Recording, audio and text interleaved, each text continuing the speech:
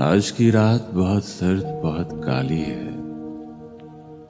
तीर की ऐसे लिपटती है हवाए गम से, अपने बिछड़े हुए साजन से मिली है जैसे।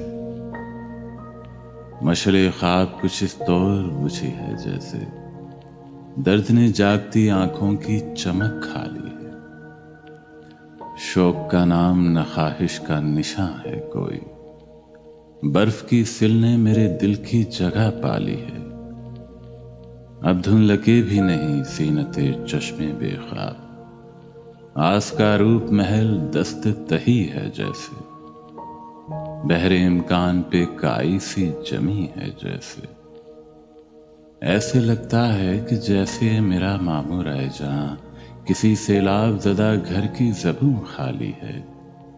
न कोई दोस्त न तारा कि जिसे बतलाऊं, इस तरह टूट के बिखरा है अना का शीशा। मेरा पिंदार मेरे दिल के लिए गाली है, नब्ज़ तारों की तरह डूब रही है जैसे। गम की पिन्हाई समंदर से बड़ी है जैसे, आंख सहराओं के दामन की तरह खाली है। वहशते जां की तरफ देख के यूं लगता है मौत इस तरह कि जीने से भली है जैसे। तीरगी छटने लगी, वक्त रुकेगा क्यों कर, सुबह खुर्शीद लिए दर पे खड़ी है जैसे।